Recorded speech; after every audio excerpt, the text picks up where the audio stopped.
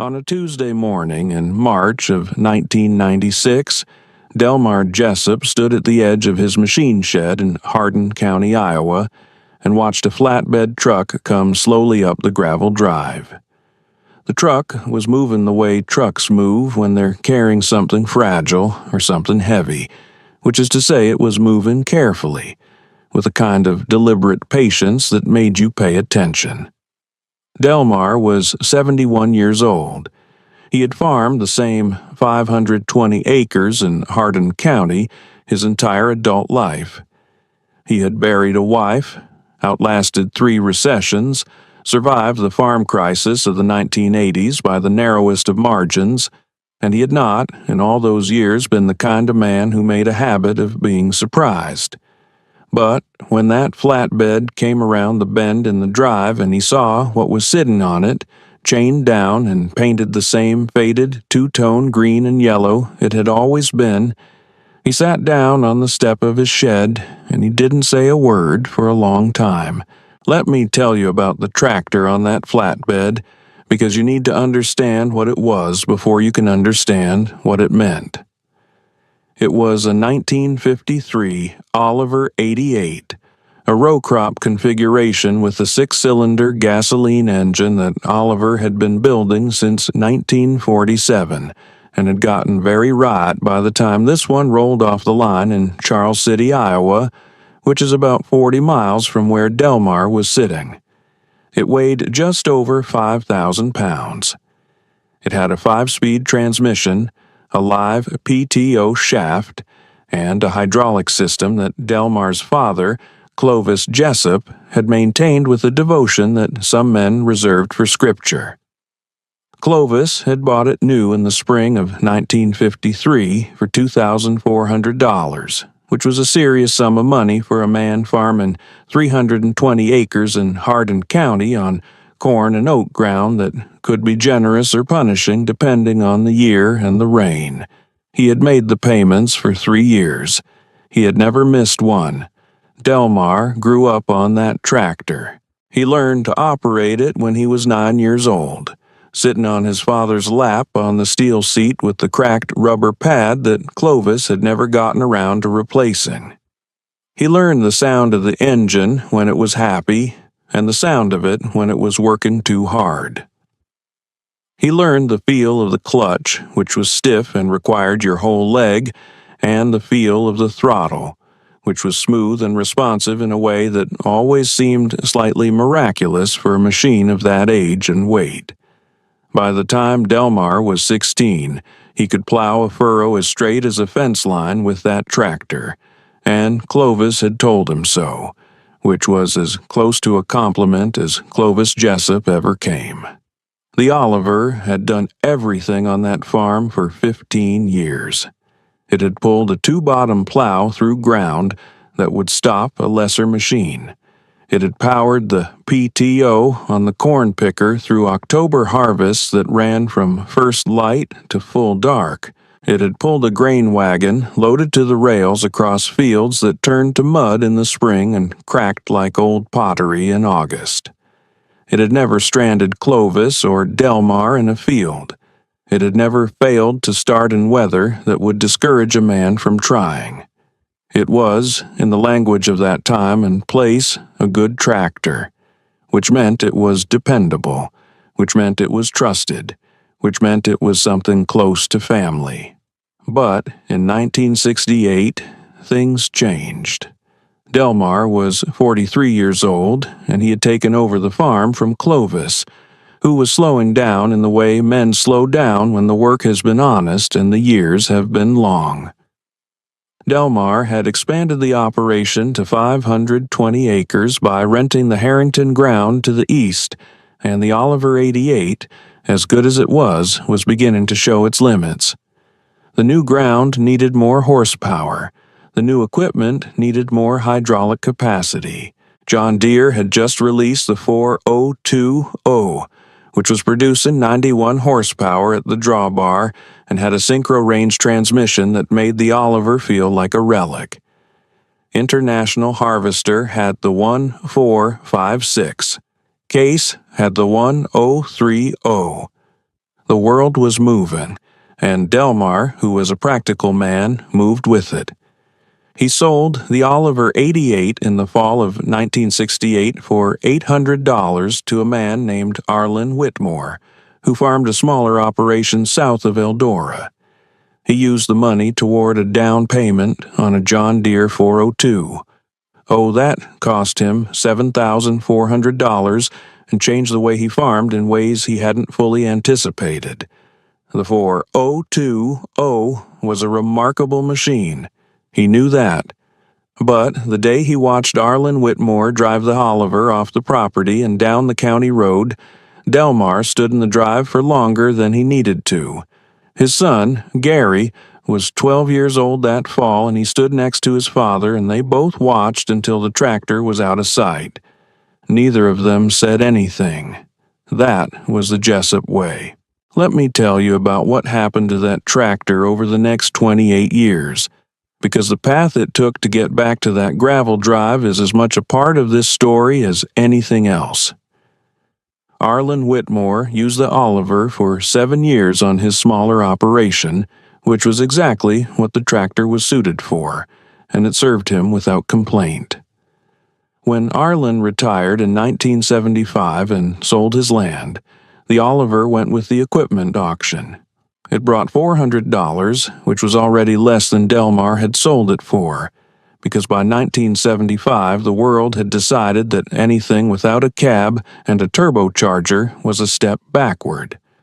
A man named Dykstra from over near Iowa Falls bought it for his hobby farm, used it occasionally, and eventually pushed it into a machine shed where it sat for 11 years under a canvas tarp that slowly rotted and a layer of dust that slowly thickened.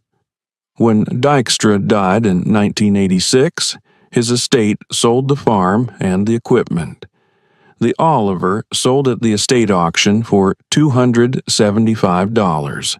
The man who bought it was a parts dealer from Waterloo who stripped the hydraulic pump, the carburetor, and the magneto and sold them individually for more than he'd paid for the whole tractor. What remained sat in his salvage yard in varying states of exposure for 6 years, which is not kind to cast iron and not kind to rubber and not kind to anything that was built to be used rather than abandoned. That is where Gary Jessup's son, Delmar's grandson, found it.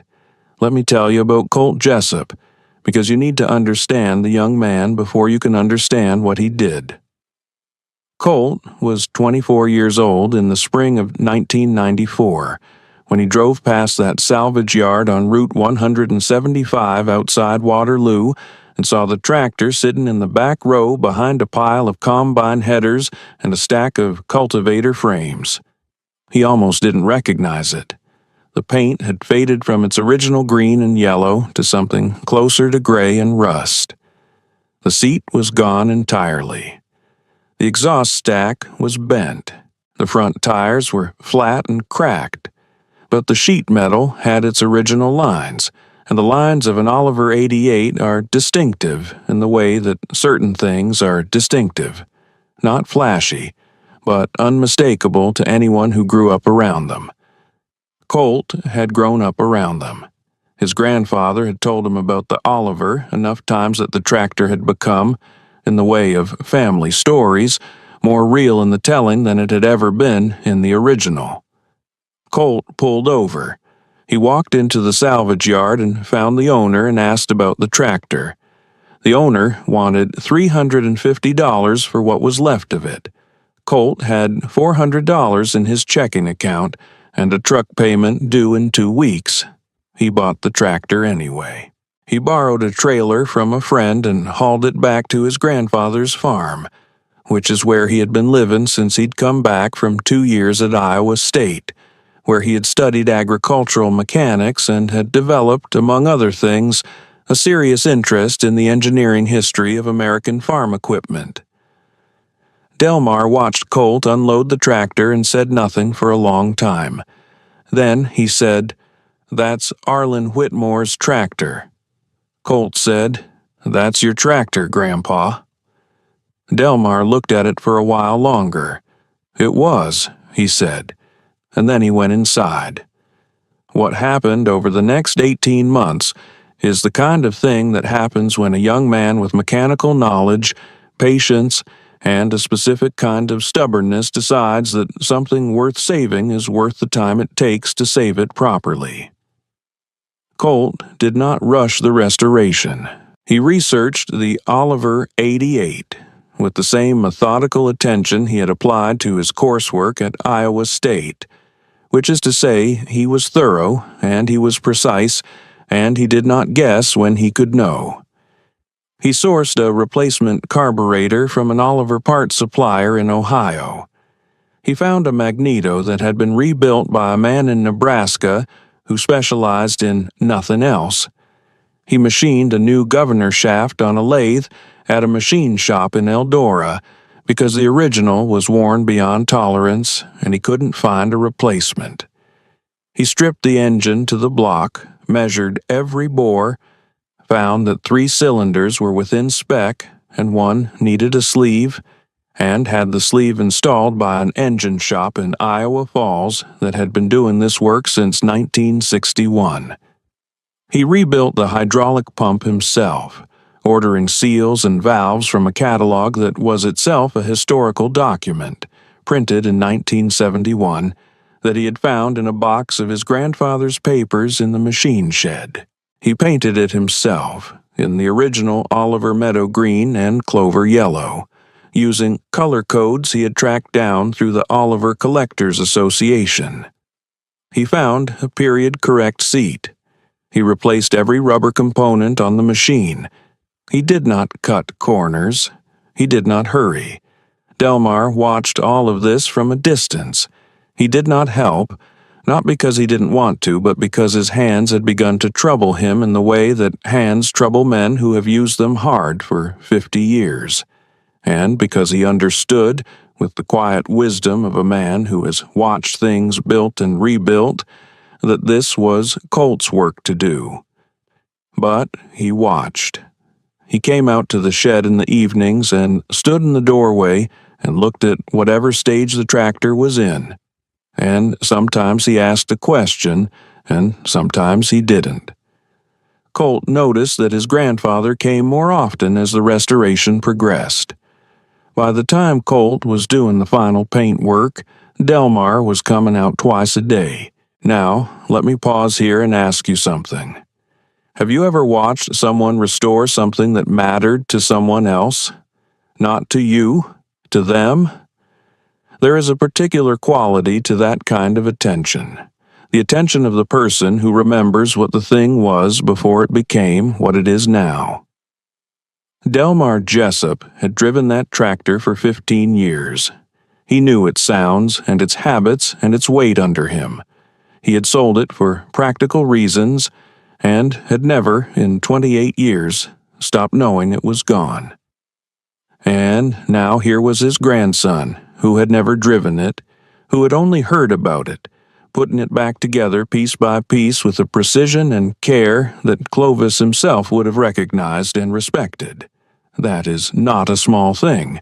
That is, in fact, the whole thing. The restoration was finished in October of 1995. Colt started the engine for the first time in the machine shed with Delmar standing 3 feet away. The engine turned over twice, caught, and settled into the idle that a well-tuned Oliver 88 makes, which is a sound that people who know it describe as a lope, a distinctive, uneven firing rhythm that is specific to the engine's design, and that sounds, to anyone who grew up around it, like something alive. Delmar put his hand on the hood. He didn't say anything. Colt watched his grandfather's face and decided not to say anything either. Let me tell you about Dale Crowley, because you need to understand him before you can understand why the next part of this story happened the way it did. Dale Crowley was 58 years old in 1996, and he was the kind of man who had built his identity around being right about things. He had farmed 1,400 acres in Hardin County, which made him one of the larger operators in the county, and he had done it with a fleet of modern equipment that he updated with a regularity that suggested he was as interested in the equipment as he was in the farming. He ran John Deere 8000 series tractors, which were producing 200-plus horsepower, and had electronics packages that could have run a small office. He had a combine that cost more than most of the farms in the county had sold for in the 1980s. He was not a bad man. He was a successful man, which is a different thing, and success had given him the particular kind of certainty that comes from being right often enough that you stop seriously entertaining the possibility of being wrong. Dale and Delmar had known each other for 40 years. They were not friends exactly, but they were neighbors in the way that men are neighbors in a small county, which is to say they knew each other's business and respected each other's land and occasionally needed each other and occasionally irritated each other and would have done anything for each other in a genuine emergency.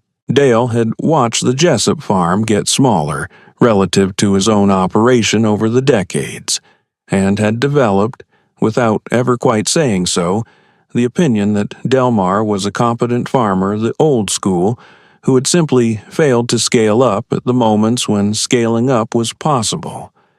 He said this with his equipment choices and his acreage, and the new cab he had put on his machine shed, not with his words. Dale Crowley was not a cruel man. He was just a man who believed that bigger and newer were, in most cases, better, and who had arranged his life as evidence of that belief. In January of 1996, Dale Crowley had a problem. The problem was a drainage tile project on the east end of his property, 120 acres of ground that had always been marginal because of a high water table and a clay subsoil that held water the way a bowl holds water. He had contracted with a tile drainage company out of Marshalltown to install a new subsurface drainage system, which was the right solution and a substantial investment, somewhere in the range of $47,000 for the tile, the trenching equipment, and the labor. The work had been going well until they hit the northeast corner of the field, which sat at the bottom of a long, gentle slope and had accumulated, over the previous 3 weeks of freeze-thaw cycling, a depth of saturated clay and standing water that the trenching machine could not operate in. The machine, a Ditch Witch RT-115, was a capable piece of equipment rated for most soil conditions, but it was not rated for what it found in that corner, and on the third day of trying, it sank to its frame rails in clay that had the consistency of wet concrete and would not move. The tile company called in a second machine, a larger track excavator, to pull the Ditch Witch out. The excavator sank too, not as deep, because it was on tracks, but deep enough that it could not apply its full pulling force without risking the same fate. The tile company then called a wrecker service from Iowa Falls, which sent a heavy-duty truck with a winch rated at 40,000 pounds. The wrecker made progress, perhaps 18 inches over the course of 2 hours, and then the ground shifted in the way saturated clay shifts when you apply force to something embedded in it, and the Ditch Witch moved sideways instead of out, and the angle of pull became wrong, and the wrecker operator shut down the winch rather than risk snapping the cable. By this point, Dale Crowley had been watching this for 3 days and had spent, between equipment rental and labor and the wrecker service, approximately $8,200 on the attempt to free a machine that was costing him $600 a day in rental fees while it sat immobile in his field. He was not a man who panicked, but he was a man who had run out of obvious solutions, and that was a new and uncomfortable position for him. Let me tell you about what Colt Jessup had been thinking during those 3 days, because he had been watching from the Jessup property line, which ran along the eastern edge of Dale Crowley's problem field. Colt had watched the ditch witch go in. He had watched the excavator try and fail. He had watched the wrecker make its 18 inches of progress and then stop. And he had been thinking, with the particular quality of attention he had developed at Iowa State and refined in 18 months of restoring a machine that required him to understand not just what things did, but why they did it, about a different approach. The approach he was thinking about was not complicated. It was, in fact, very old.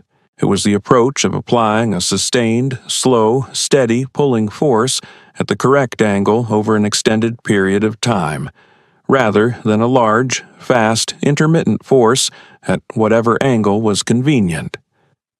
The principle behind it was mechanical advantage, combined with patience, and it was the principle that had governed how men moved heavy things before the age of hydraulics and high-horsepower engines, and it was a principle that the Oliver 88 sitting in his grandfather's machine shed was, by design and by nature, very well suited to demonstrate.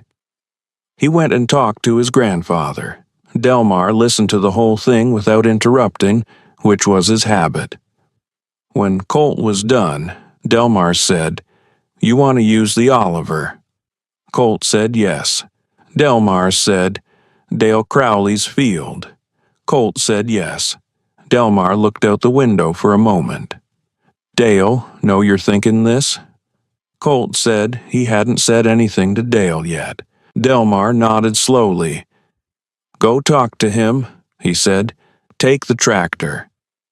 Let me tell you about that conversation because it is the part of this story that people in Hardin County still repeat when they tell it, which they do at the co-op and at the implement dealer and at the cafe in Eldora, where men have been drinking coffee and talking about farming since before most of them were born. Colt drove the Oliver 88 across the Jessup property and down the county road to the entrance of Crowley's East Field on a Wednesday morning in late January. The temperature was 28 degrees, and the sky was the color of old tin. Dale Crowley was standing at the field entrance with the tile company foreman, a man named Greg Thornton, who had been in the drainage business for 22 years and had seen most of what could go wrong with a tile project, and was not, at this particular moment, in a mood to see something new go wrong. They were looking at a clipboard and talking in the low, serious voices of men who are discussing money.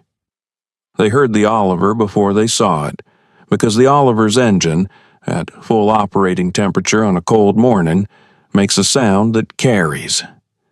Thornton looked up first.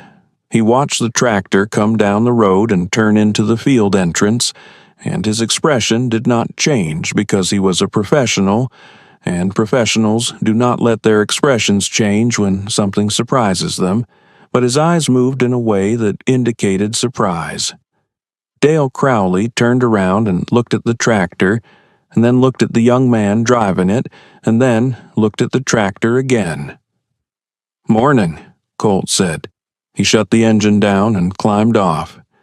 Dale said, "That's Delmar's tractor." Then, after a moment, "That's the old Oliver." Colt explained what he was proposing. He explained it clearly and without embellishment, the way he had been taught to explain mechanical problems at Iowa State, with the cause first and the solution second, and the reasoning connecting them. He said that the problem with the current approach was not a lack of power, but a lack of sustained, low-speed pulling force at the correct angle. He said that the Oliver 88, with its live PTO and its direct drive transmission and its weight distribution, was capable of applying a steady drawbar pull of approximately 4,800 pounds at a walking pace, sustained indefinitely, which was different in kind from the winch pull that the wrecker had applied, which was high force and intermittent and had shifted the machine sideways. He said he would need a set of logging chains, a snatch block, and about 2 hours.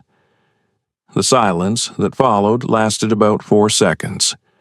Then Greg Thornton started laughing.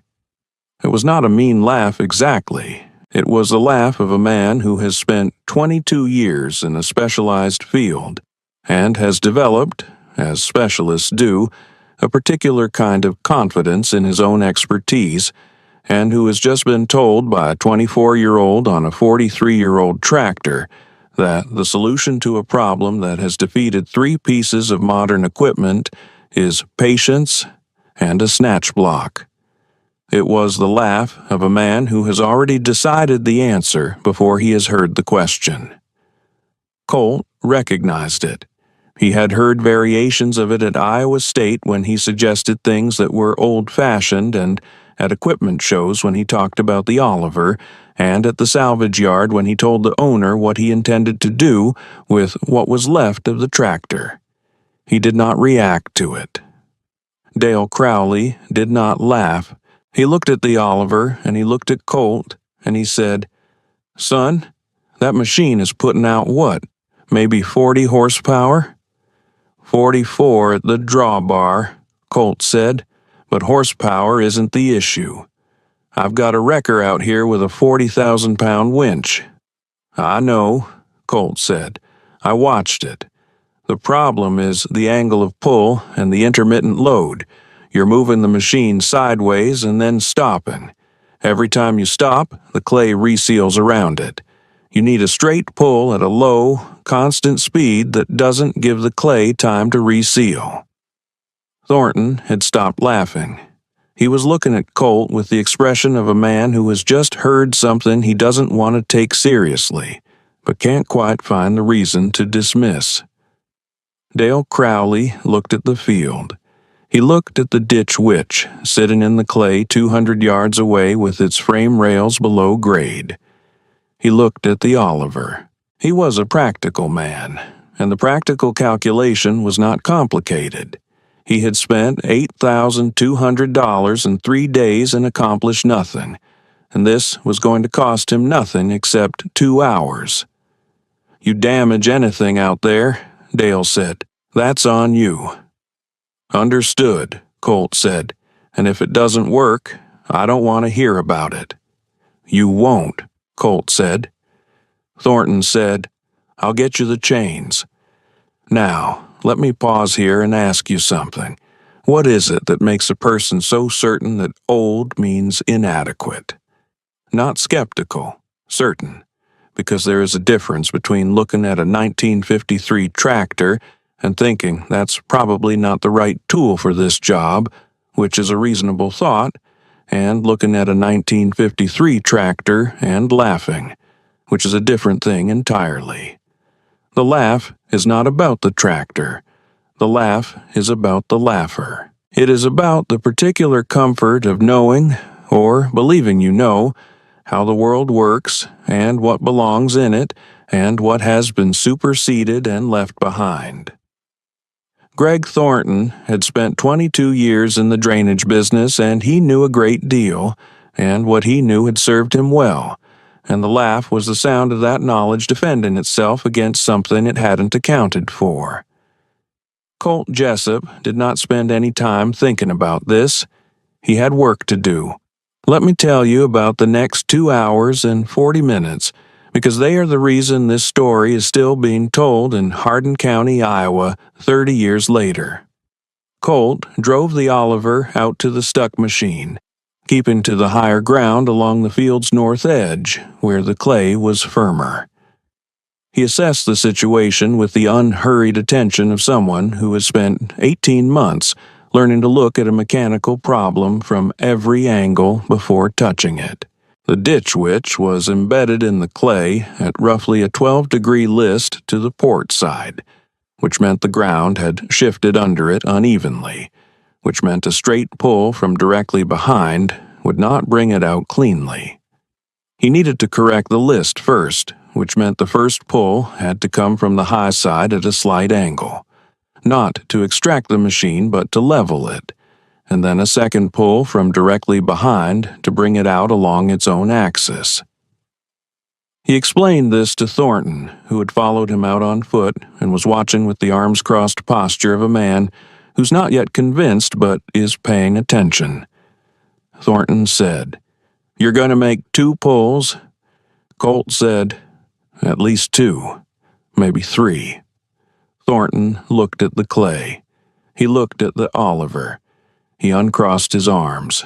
Colt set the snatch block on a fence post at the field's north edge, which gave him a redirected pull that would come at the ditch witch from the correct angle for the leveling pull. He ran the logging chain from the Oliver's drawbar through the snatch block and out to the ditch witch's front toe point, which was rated for exactly this kind of extraction and which the wrecker had not used because the wrecker's cable had been attached to the rear.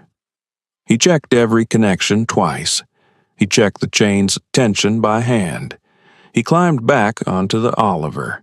Dale Crowley had walked out to the field by this time and was standing 30 yards back, which was the correct distance for a man who is watching a chain operation and knows enough to stay out of the snap zone. His hands were in his coat pockets. His face was neutral. Colt engaged the clutch slowly, easing the Oliver into first gear at low throttle. The chain came taut.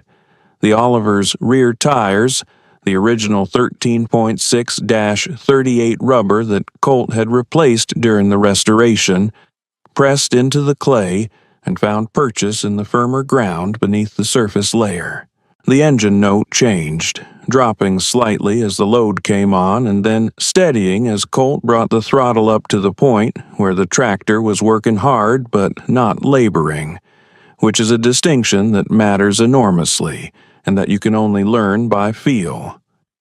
For the first 90 seconds, nothing visible happened. The chain was taut. The Oliver was pulling. The ditch witch was not moving. Thornton checked his watch. Dale Crowley looked at the ground. Then, at approximately the 2-minute mark, the ditch witch moved. Not much, perhaps 3 inches. But it moved, and when it moved on the correct axis, the list beginning to correct. The machine coming up slightly on its port side as the clay released its grip in the way that clay releases when a sustained force is applied to it over time. Not all at once, but in increments, like a hand slowly opening. Colt felt the load shift through the drawbar and adjusted his throttle accordingly, keeping the pull steady. Not surging, not stopping.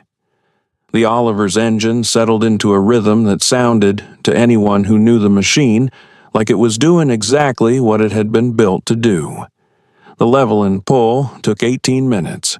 By the end of it, the ditch witch was sitting level in the clay, still embedded but no longer listing. Colt shut down the Oliver, climbed off, and repositioned the chain for the extraction pull. Straight back along the machine's axis. No snatch block this time. Direct pull from the Oliver's drawbar to the ditch witch's rear toe point. He walked the chain. He checked the connections. He climbed back on. Thornton had not said anything in 18 minutes. He was standing with his hands at his sides now, not his pockets, watching with the focused attention of a man who has revised his initial assessment and is gathering new data. The extraction pull began at the same low, steady throttle. The chain came taut. The Oliver pressed into the ground. And then, over the course of the next 22 minutes, the ditch witch came out of that clay field the way a tooth comes out of a jaw when the right force is applied in the right direction with the right patience. Not all at once. Not with a dramatic lurch, but steadily, incrementally, a few inches at a time, with the sound of the clay releasing its grip rising from a low groan to something that, when the machine finally came fully free, was close enough to a crack that Dale Crowley took a step back. The ditch witch sat on solid ground. Colt shut the Oliver down. The engine ticked in the cold air. Thornton walked over to the ditch witch and walked around it and looked at it from every angle and then looked at Colt. His expression was the expression of a man who has just watched something he had decided was impossible happen in front of him, and who is in the process of revising a belief that he has held for a long time.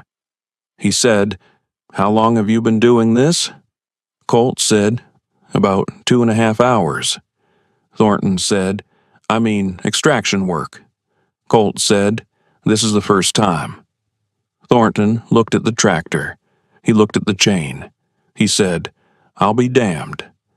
Dale Crowley walked over slowly. He stood next to the freed machine and looked at it for a moment, and then looked at the Oliver, and then looked at Colt. His face had the quality that faces have when the certainty has gone out of them, not collapsed, not destroyed, but quietly vacated, the way a room looks when the furniture has been moved. He said, "How did you know the angle was wrong?" Colt said, "Because the wrecker was pulling from the rear and the machine was listed. You can't pull a listed machine straight out. You have to correct the list first." Dale said, "The wrecker operator didn't know that?" Colt said, "He might have known it.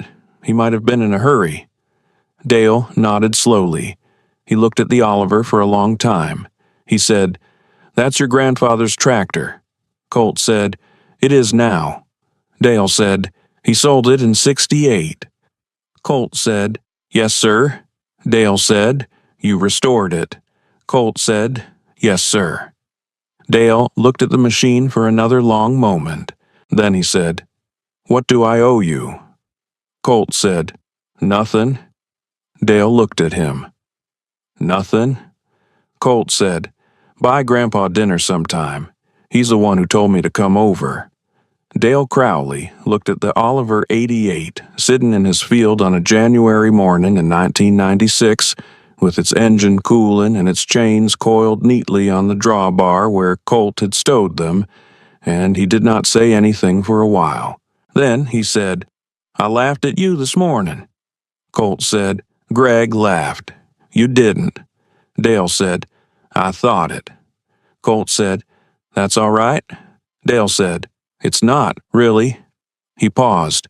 "What made you think the old tractor could do what 3 modern machines couldn't?" Colt said, "It wasn't about what the tractor could do. It was about what the problem needed. The problem needed a slow, steady pull at the right angle. The Oliver does slow and steady better than anything I know. That's what it was built for." He paused. "Modern equipment is built for speed and for protecting itself from overload. The Oliver doesn't protect itself. It just pulls." Dale Crowley went home and called Delmar Jessup that evening. He told Delmar what had happened, which Delmar already knew because Colt had told him. But Dale told him anyway, the way a man tells a story when the telling of it is itself the point. He said, "Your grandson knows what he's doing." Delmar said, "He does." Dale said, "That tractor." Delmar said, "Yes." Dale said, "I remember when you sold it." Delmar said, "So do I." There was a pause. Dale said, "I've been thinking about buying a smaller tractor for the odd jobs, something I don't have to fire up the big iron for." Delmar said, "I know a fellow who restores them." Dale said, "I figured you might." Let me tell you about what happened in the years after, because the story doesn't end with the ditch witch sitting on solid ground in a January field. Word moves in a small county the way water moves in a flat field. Not fast, but everywhere, and you can't stop it. By the following spring, most of the farmers in the county knew the broad outline of what had happened on Dale Crowley's east field, and a fair number of them knew the details, because Greg Thornton had told the story at the co-op in Eldora with an honesty that did him credit, acknowledging exactly what he had laughed at and exactly how wrong he had been. He told it without embellishment and without excuse, which is the most persuasive way to tell a story. And it was persuasive. People listened. People thought about it. Colt Jessup began getting calls. Not many at first. a farmer south of Ackley who had a stuck wagon he couldn't get out of a wet corner, a man near Hubbard who had a tree stump that his skid loader couldn't handle, a woman over near Radcliffe who needed a stone foundation moved from an old building site without disturbing the tile line underneath it. Colt took every call. He took the Oliver to every job. He charged a modest hourly rate that was less than the going rate for equipment rental, and he did the work with the same careful, methodical attention he had applied to the restoration, assessing each problem before touching it, using the minimum force necessary, applied in the correct direction for the correct duration. He was not always the right answer. He knew that. There were jobs that needed modern equipment, needed hydraulic force or reach or speed that the Oliver couldn't provide, and when that was the case, he said so and pointed people toward the right solution. But there were more jobs than he had expected, perhaps 1 in 3, where the right answer was patience and mechanical advantage, and a machine that pulled without protecting itself from the effort. Those jobs he took. Delmar watched all of this from the house and from the machine shed and from the passenger seat of Colt's truck when his grandson drove him out to watch a job. He did not say much. He was not a man who said much. But he watched with the quality of attention that a man gives to something he has been waiting a long time to see. And once, on the drive back from a job near Iowa Falls, where Colt had used the Oliver to extract a grain bin auger that had been driven into the ground by a collapsed support, and that 3 other people had told the farmer was a total loss, Delmar said, "Your great-grandfather would have understood what you're doing." Colt said, "Tell me about him." And Delmar did for the rest of the drive home, talking about Clovis Jessup in the way that men talk about the people who taught them things that turned out to matter, with a specificity and a warmth that is different from ordinary memory, that is closer to gratitude. Clovis Jessup had bought the Oliver 88 new in 1953 because he believed, based on 40 years of farming, that a tractor that pulled steadily was worth more than a tractor that pulled hard. He had told Delmar this when Delmar was 12 years old.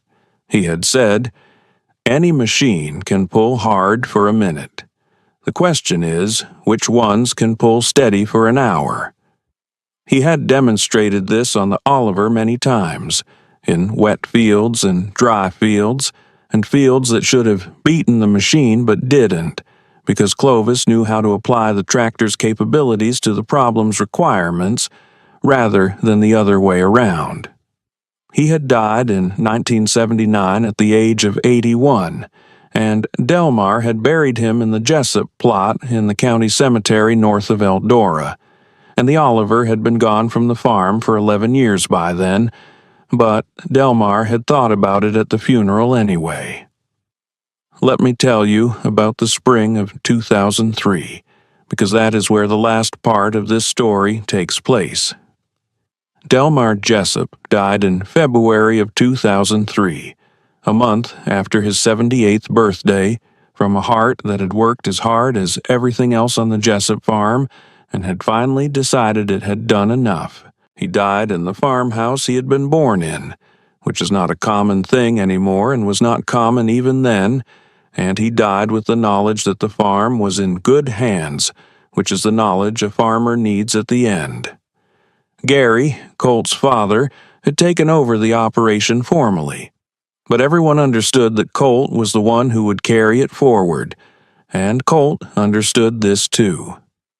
The Oliver 88 was in the machine shed when Delmar died, as it had been every winter since Colt brought it back. Colt had kept it in the condition he had restored it to, which meant it was maintained to a standard that the original factory would have recognized, and it was ready to work whenever it was needed, which was regularly. It had become, in the 7 years since the Crowley Field incident, something between a tool and a landmark, The kind of thing that people in a county know about and point to and tell stories about. The way they point to an old barn or a particular tree that has been there long enough to become part of the landscape. At the funeral, Dale Crowley came. He was 65 years old by then and had slowed down somewhat, having sold 400 acres of his operation to a neighbor and kept the rest, which was still substantial but was no longer the statement it had once been. He stood at the graveside in the cold February air, and he did not say much, but he was there, which was the point. Afterward, at the farmhouse, he found Colt in the kitchen and said, "Your grandfather was a good man." Colt said, "He was." Dale said, "He raised a good family." Colt said, "He had good material to work with. He always said that." Dale looked at his coffee cup. He said, "I've thought about that day in the field a lot, the January day." Colt said, "I know." Dale said, "I should have believed you faster." Colt said, "You let me try. That's what mattered." Dale said, "I laughed." Colt said, "Greg laughed. You thought it." Dale looked at him. "You said that before." Colt said, "It was true before." They stood in the kitchen of the Jessup farmhouse for a moment in the particular silence of men who have known each other across a long story and have arrived at a place in it where most things have been said. Dale said, "What are you going to do with the Oliver?" Colt said, "Keep farming with it. Keep doing the work." Dale said, "It's a remarkable machine." Colt said, "It's a well-maintained machine. That's most of what remarkable is." Dale thought about that. He said, "Your great-grandfather bought it new." Colt said, 1953. Paid $2,400 for it. Took 3 years to pay it off. Dale said, "And now it's still working." Colt said, "It'll work as long as someone takes care of it. That's true of most things." Dale nodded. He set down his coffee cup. He said, "I bought an Oliver 770 last fall, from a man over near Marshalltown. Thought I'd restore it." Colt looked at him. Dale said, "I was wondering if you'd help me with the engine work. Mine's worse than yours was." Colt said, "When do you want to start?" Dale said, "Spring." Colt said, "I'll be there." Let me tell you one last thing, because this is the part of the story that happened most recently, and that is, in some ways, the most important part. In the summer of 2019, Colt Jessup's daughter, who was 17 years old and whose name was May, came to her father at the kitchen table after dinner and put a notebook in front of him. The notebook was full of handwritten calculations and printed research papers and photographs she had taken of the farm's fields from a drone she had built herself from a kit, and she said, "Dad, I've been looking at the North 40. Colt looked at the notebook. He looked at his daughter. He said, "Tell me." She said, "The soil compaction in the North 40 is getting worse every year. I've been measuring it with the penetrometer since I was 14. The tillage is making it worse, not better. I want to try a no-till cover crop system on 20 acres and see what happens to the compaction numbers over 3 years." She showed him the research. She showed him the penetrometer data she had collected over 3 years, graphed by field section and by depth.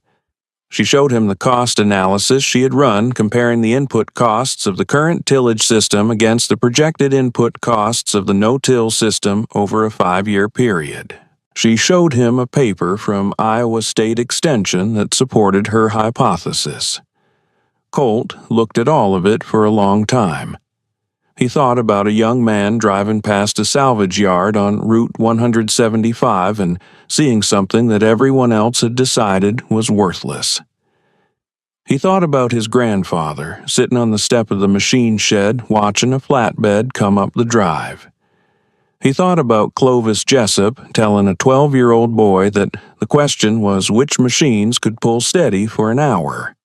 He said, "Which 20 acres?" She showed him on the map. He looked at it. He said, "How do you want to handle the cover crop termination in the spring?" She showed him. He said, "What does your penetrometer data show for the 12-inch depth?"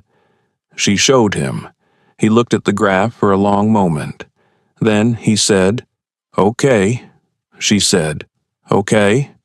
He said, "Plant your 20 acres. Show me the numbers at the end of year 1. She picked up the notebook. She was already moving toward the door, already thinking about the next thing, the way young people move when they have been told yes and are in a hurry to get to work before anyone changes their mind. Colt said, "May." She stopped. He said, "Take good notes." She said, "I always do." He said, "I know. That's why I said yes." The Oliver 88 is still in the machine shed on the Jessup farm in Hardin County, Iowa. It is maintained to the same standard it has been maintained to since Colt finished the restoration in October of 1995. It works. It is used. When a job comes along that needs what it can do, a steady pull at the right angle, applied with patience for as long as the work requires, it goes out and does the work and comes back and is put away properly, the way things are put away when you intend to use them again. Clovis Jessup bought it in 1953 and paid for it over 3 years. Delmar Jessup sold it in 1968 and thought about it for 28 years. Colt Jessup found it in a salvage yard and brought it home and put it back together and drove it across a county road on a January morning and did what 3 modern machines couldn't do. Not because the Oliver was more powerful, but because it was built for something that power alone cannot provide. May Jessup planted her 20 acres in the spring of 2020. The compaction numbers came back at the end of year 1 better than her model had predicted. She showed her father the data. He looked at it for a long time. He said, "Year 2. She said, "I know." She was already riding. Some things don't become obsolete. They just wait for the people who remember what they were built for. And sometimes the people who remember are the ones who were never there the first time. The ones who only heard the story and listened closely enough to understand it, and went looking for what everyone else had decided was